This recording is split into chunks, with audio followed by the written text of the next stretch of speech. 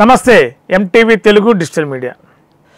చంద్రబాబు నాయుడు గారు 1994 నుండి మరి రాజకీయాల్లో ఉన్నారు. మరి అప్పుడు ముఖ్యమంత్రిగా కూడా ఉన్నారు. అదేవిధంగా 99లో కూడా ముఖ్యమంత్రిగా ఉన్నారు. 2014లో ముఖ్యమంత్రిగా ఉన్నారు. ఇప్పుడు మళ్ళా ముఖ్యమంత్రిగా బాధ్యతలు నిర్వర్తించున్నారు.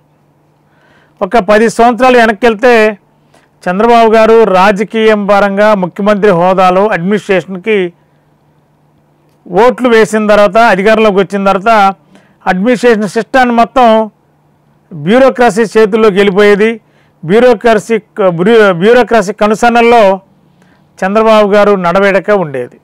దాంతో తెలుగుదేశం పార్టీలో చాలామంది సఫర్ అయ్యారు, ఇబ్బంది పడ్డారు. సీనియర్ నాయకులు కూడా కొంత ఇబ్బంది పడటమే కాదు, రాష్ట్రంలో ప్రజలు కూడా ఇబ్బంది పడే పరిస్థితి ఏర్పడింది. గత 10 సంవత్సరాల సీఎంగా చేసిన కాలంలో పడిన ఇబ్బందుల్ని ఈ 2024 ఎన్నికల్లో పునరావృతం కాకూడదు అని మరి కొత్తగా గెలిచిన ఎమ్మెల్యేలు, సీనియర్ టీడీపీ నాయకులు కోరుతున్న దృష్ట్యా చంద్రబాబు గారిలో మార్పు కనిపిస్తుందని చెప్పి అన్నారు. మరి చంద్రబాబు గారు ప్రకటించారు, ఒకప్పుడు చంద్రబాబు నాయుడు వేరు, ఇప్పుడు చంద్రబాబు నాయుడు వేరు, మారిన చంద్రబాబు నాయుడిని చూడబోతున్నారు. 2024 ఎన్నికల్లో 2024 నుండి 5 సంవత్సరాల పరిపాలనలో మారిన చంద్రబాబును చూడబోతున్నారు అని చెప్పి ఆయనే రాత్రి స్వయంగా ప్రకటన చేశారు. ఏంటి మారిన చంద్రబాబు నాయుడు గారిని ఏం చూస్తారు, గతంలో ఎలా ఉన్నారు? పూర్తిగా బ్యూరోక్రసీలు చెప్పినట్టుగా ఐఏఎస్లు చుట్టూ కోటర్లకు తయారయ్యి వాళ్ళకు అనుగుణంగా వాళ్ళకి ఎలా వీలు కుదిరితే అలా చంద్రబాబు గారిని తమ వైపు తిప్పుకుని రిమోట్ కంట్రోల్లో తిప్పేవారు. ఆ నిర్ణయాలే పరిపాలనా పరంగా కూడా జరిగాయి. కానీ రాజకీయపరమైన పరిపాలన విధానాల్లో చంద్రబాబు నాయుడు గారు పట్టించుకున్న దాఖలాలు లేవు. మరి చంద్రబాబు నాయుడు గారు ఆలోచన విధానంలో బ్యూరోక్రసీలు ఎక్కువగా చొరబడిపోయి ఆయన్ని అడ్మినిస్ట్రేషన్ చేసే విధంగా చేయనీయకుండా అడ్డుపడిన సందర్భాలు ఉన్నాయని చెప్పి తెలుగుదేశం పార్టీలోనే పెద్ద ఎత్తున విమర్శలు వస్తున్నాయి.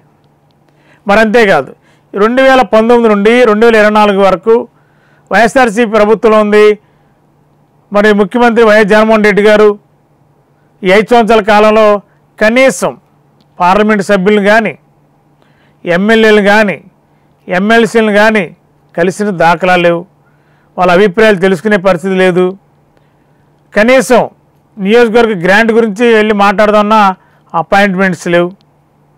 ఏదన్నా సజ్జల రామకృష్ణారెడ్డి గారు తప్ప జగన్మోహన్ రెడ్డి గారిని డైరెక్ట్గా కలిసే అవకాశం ఎంపీలకి, ఎమ్మెల్యేలకి, ఎమ్మెల్సీ లేదు. మంత్రులకు కూడా అతి కొద్ది మందికి మాత్రమే జగన్ గారు సీఎం ఉన్నప్పుడు కలిసే అవకాశం ఉండేది తప్ప మిగిలిన మంత్రులకి ఎవరికి కూడా అవకాశం ఉండేది కాదు.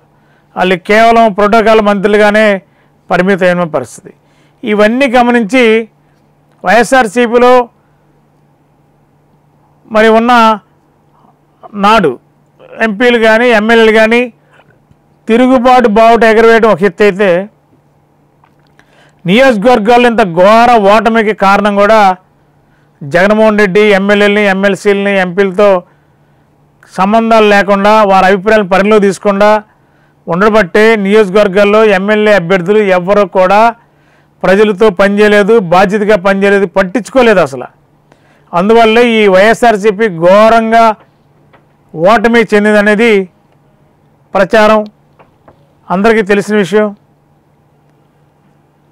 ఈ నేపథ్యంలో ప్రస్తుతం ఈ ఘోర ఓటమికి ఈ బాధ్యతని పరిస్థితులను గమనించిన చంద్రబాబు నాయుడు గారు ఇప్పుడు 2024 ఎన్నికల్లో బ్యూరోక్రసీ పరిపాలనతో పాటు ప్రజా పరిపాలన, ప్రజలతో మమేకం అవటం, ప్రజలతో కలిసి ప్రయాణం చేయటం, ప్రజలతో ప్రజాభిప్రాయాలు తెలుసుకోవడంతో పాటు ప్రజాప్రతినిధులు, ఎంపీలు, ఎమ్మెల్యేలు, ఎమ్మెల్సీలు వాళ్ళందరితో కూడా కలిసి ఎప్పటికప్పుడే వాళ్ళ అభిప్రాయాలు తెలుసుకుని వారితో దగ్గరగా ఉండి ఎప్పుడు అవసరం ఉన్నప్పుడు ఎమ్మెల్యేలు, ఎంపీలు, ఎమ్మెల్సీలు, ప్రజాప్రతినిధులు ఎవరున్నారో స్వయంగా వచ్చి కలవండి.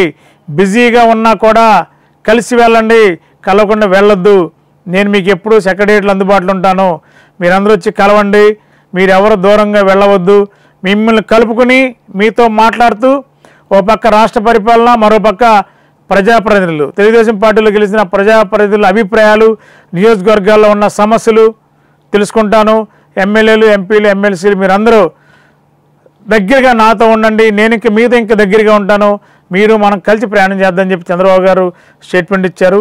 మరి ఇవన్నీ ముందు ఎలా జరగబోతుంది, ఏ విధంగా చేస్తారనేది మరి చెప్పిన విధంగా జరుగుతుందా, అడ్మినిస్ట్రేషన్లోకి వెళ్ళిన తర్వాత మళ్ళీ ఎవరైనా గ్యాప్ వస్తే పరిస్థితులు ఎలాగుంటాయి, వీటన్నిటి అన్వయించుకుని ఇక కలిసి ప్రయాణం చేయడానికి ముందు వీళ్ళు ఆలోచన చేస్తున్నారు. ఇవన్నీ ఎలా జరగబోతుందో చూద్దాం. మరి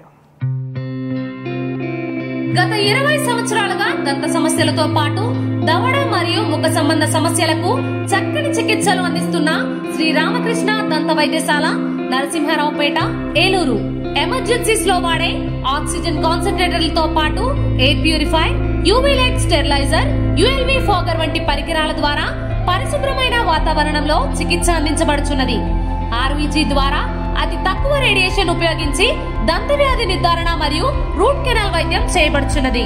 డెంటల్ లేజర్ ద్వారా కుట్లు లేకుండా సర్జరీలు, ఇంప్లాంట్స్ కిట్స్ ద్వారా పళ్ళు లేని వారికి ఫిక్స్డ్ దంతాలు, రూట్ కెనాల్ చికిత్సలకు ఎండో మోటార్ వంటి ఆధునిక పరికరాలు కలిగిన నమ్మకమైన డెంటల్ క్లినిక్. అత్యంత ప్రామాణికమైన ఆటోక్లావింగ్ పద్ధతిలో శుభ్రపరిచిన ఇన్స్ట్రుమెంట్స్ వాడడం మా ప్రత్యేకత. దంత సమస్యలకు చికిత్సతో పాటు విరిగిన దవడ మరియు ముఖ ఎముకలకు చికిత్స, ఎత్తు మరియు వంకర దవడలకు కాస్మెటిక్ సర్జరీ, యాక్సిలోఫేషియల్ వంటి చికిత్సలకు చిరునామా శ్రీ రామకృష్ణ దంత వైద్యశాల, వేములపల్లి రెసిడెన్సీ అపార్ట్మెంట్, నరసింహారావుపేట, ఏలూరు.